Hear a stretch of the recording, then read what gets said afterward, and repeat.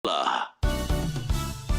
pageants at triathlons ang buhay ko. Bonus na kapag naiuwi ko ang corona at medalya. I am Alexandra Faith Garcia, a beauty queen and triathlete. Adding MX3 capsule into my training regimen helps me a lot, together with proper diet and exercise.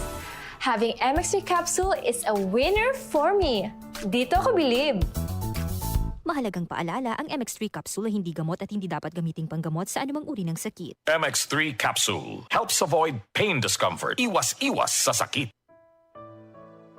Pagbasa sa Aklat ng Kawikaan, Kabanata 11, Talata 1 hanggang 31. Kasuklam-suklam kay Yahweh ang timbangang may daya, ngunit kasiyahan naman ang timbangang tama. Kahihiyan ang laging dulot ng kapalaluan, ngunit pagpapakumbabay, nagbubunga ng karunungan. Ang tuntunin ng matuwid ay katapatan, ngunit ang masamay wawasakin ng kanyang kataksilan. Walang halaga ang yaman sa araw ng kamatayan, ngunit ang katwiran ay naglalayo sa kapahamakan. Mas panatag ang landas ng tapat ang pamumuhay, ngunit nabubuwal ang masasama sa sariling kabuktutan. Ang katwiran ng mga matuwid ang nagliligtas sa kanya, ngunit ang masama ay bilanggo ng kanyang masamang nasa. Ang pag-asa ng masama ay kasama niyang pumapanaw. Ang umasa sa kayamanan ay mawawalang kabuluhan. Ang matuwid ay inilalayo sa bagabag, ngunit ang masama ay doon bumabagsak. Ang labi ng walang Diyos sa iba ay mapanira, ngunit ang dunong ng matuwid ay nagliligtas ng kapwa. Kapag ang matuwid ay pinagpapala, ang bayan ay nagagalak,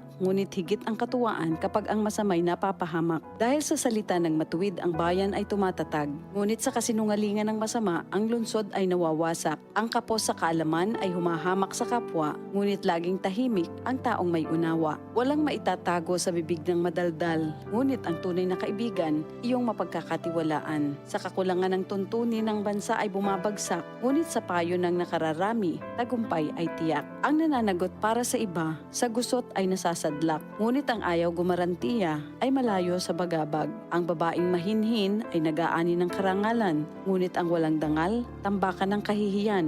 Lagi sa kahirapan ang taong tamad, ngunit masagana ang buhay ng isang masipag. Ang taong mabait ay nag-iimpok ng kabutihan, ngunit winawasak ng marahas ang sarili niyang buhay. Anuman ang anihin ng masama ay walang kabuluhan, ngunit ang gawang mabuti ay may pagpapalang taglay. Ang taong nasa matuwid ay makasusumpong ng buhay, ngunit ang landas ng masama ay patungo sa kamatayan. Ang kaisipang masama kay Yahweh ay kasuklam-suklam, ngunit ang lakad ng matuwid kay Yahweh ay kasiyahan. Ang taong masamay di makaliligtas sa kaparusahan, ngunit hindi maaano ang nabubuhay sa katwiran. Ang magandang babae ngunit mangmang naman ay tila gintong singsing sa nguso ng baboy. Anumang nais ng matuwid ay nagbubunga ng kabutihan, ngunit ang mahihintay lang ng masama ay kaparusahan. Ang taong mapagbigay ay lalong yumayaman, ngunit naghihirap ang tikom ng mga kamay. Ang taong matulungin sasagana ang pamumuhay, at ang marunong tumulong ay tiyak na tutulungan. Sinusumpa pa ng lahat ang nagkakait ng butil,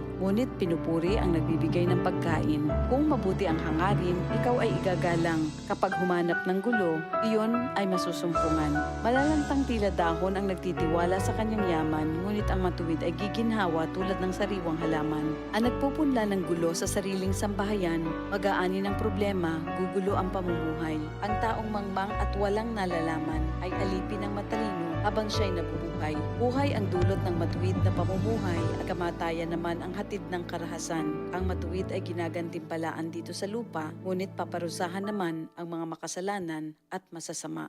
Ito ang salita ng Diyos. DCXL 5